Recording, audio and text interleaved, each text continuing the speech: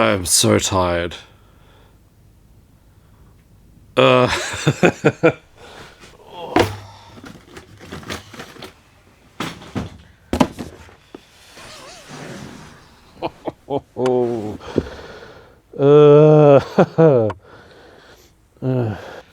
I can barely hold myself upright. I am so tired, but in like the best way. My heart is so full. I am so excited. Today was awesome, and it was all because I got to play Old School Essentials, this like modern rewrite of classic Dungeons and Dragons with my friends.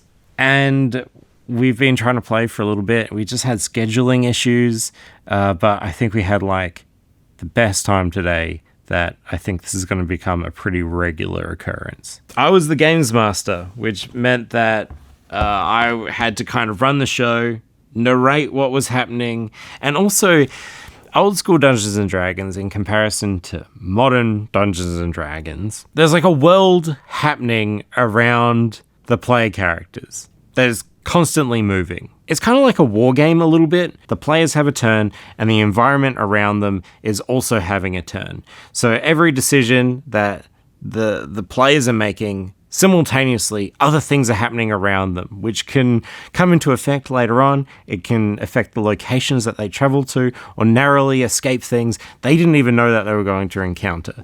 It's really, really fun and a whole lot of work. But it was so cool because this is Carcass Crawler, a little zine that you can buy to accompany Old School Essentials, and it adds different rule sets, generally from like more modern editions. But issue 5 had like a little short adventure in it. In my experience, a short adventure is never very short. Especially playing with my friends. But we played up Chaos River. Chaos infests the river's waters. The town of Backwater is cursed by mutations from a mysterious river ooze. The town's warriors and wizards are already mutated beyond help. The neighbouring village of Bonnyville upstream has gone silent, and common folk must take up pitchforks and journey upriver to undo the curse. And it kind of plays like a bit of a hex crawl. So you have a big map of hexes, and the players are starting in one hex, and they're trying to get to a goal many hexes far away. And they can traverse this landscape by a river or by land, and each has its own appropriate dangers and warnings to it. There's forks in the road. They have to make lots of decisions where they go. And also each tile has random happenings happening at the same time while they're traversing them. So dangers can be happening everywhere that they're maybe not even aware about. I love that. It's so cool because this session, there were so many random things happening in the background that they encountered that ended up being like the best narrative points. You know, a minor spoiler is they encountered an owlbear. Now, an owlbear in this edition looks insane. Like really properly terrifying. And it is. And combat in this edition is so brutal. Like, players have super low hit points. I think as low as 3 was the lowest, but around there, everyone had about that. Super low. When an owlbear could potentially be doing like 3 damage, max 24, if it can nab you.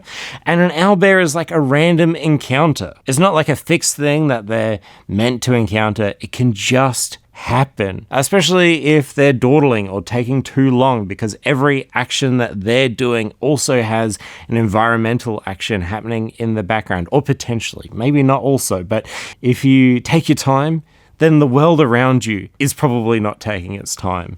And I love that sort of thing. This encounter with the owlbear, it totally turned into like the movie The Revenant with Leonardo DiCaprio and the bear, and it's like super brutal and scary. And well, the player character, after witnessing the death of 2 NPCs, was totally aware of the brutality of this horrific creature. And so it became like this game of kind of cat and mouse trying to escape. And like the randomness of everything made everything so cinematic, because it's like every moment that they narrowly escaped like felt against all odds. And I really love that, because like that's what you get with this old school D&D experience. The consequences of your actions are so real. At one point of this chase, the player tried to get onto a raft that they had, which was tied up.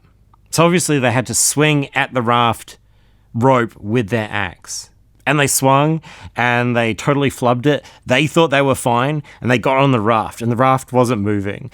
And this owlbear launched itself onto the raft with the player character. The player character was knocked into the water. The owlbear pursued the player in the water, and their speeds in the water are the same. But the water, because it was filled with this ooze, if you consume it, which they did accidentally, there's a mutations table of things that happen if you consume the water. And one of them, the most perfect one that they could have rolled, is webbed feet and webbed hands, and using that, they managed to outpace the owlbear long enough to survive while the party that had split earlier was making its way back, totally unknowingly. Having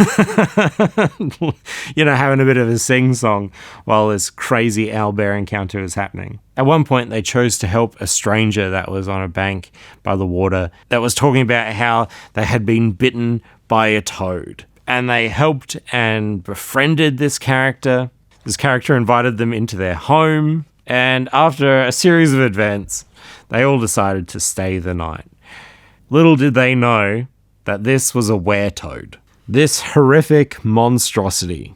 And I think we did maybe 3 events of, I think, many ahead. And it was just the best time. They made very little progress. It was nearly a total party kill by the end. And everyone asked when we can play next. And that is that's a great sign. When most of the players died and they want to play again as soon as they can the next time. It was so fun. It was so fun. What I thought was really, really cool was at the end of the session, everyone kind of talked about what went right and wrong with their adventure, how they could have navigated things differently to maybe get a different outcome.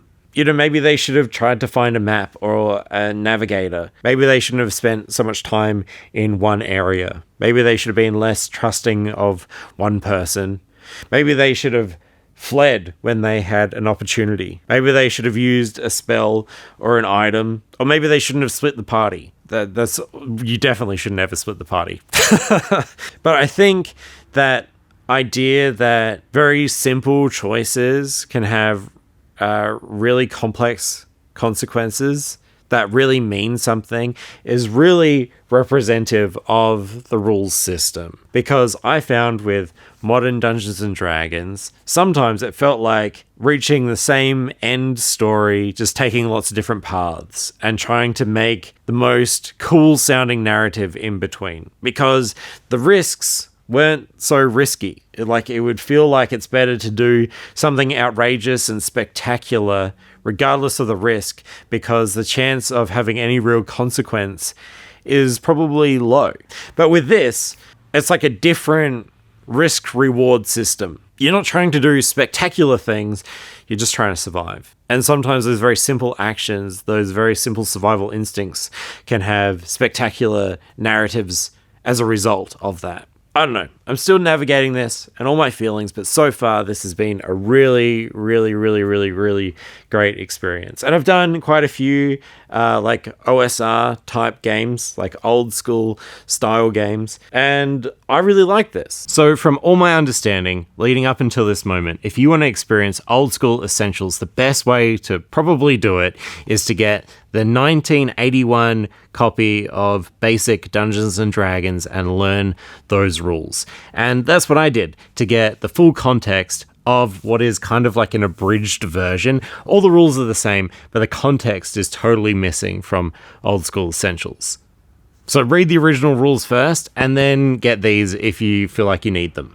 Secondly, in Old School Essentials, they added Ascending Armor class. And for some people, they like this, but I chose not to use Ascending Armor class as the optional rule because it's like modern Dungeons and Dragons. Instead, I used the original rules because I could try to transport my players into thinking this is a totally different game, totally different rules, forget everything you know about 5e, let's play as though you've never played a Dungeons and Dragons game before. Thirdly, and maybe most controversially, I roll all my attack rolls in front of the players. In front of the DM screen, I am rolling for everyone to see. And I think for me, it eliminates like an aspect of paranoia around maybe fudging dice rolls or trying to push a particular narrative. And the combat in this game is so brutal and so devastating. I want to eliminate any sort of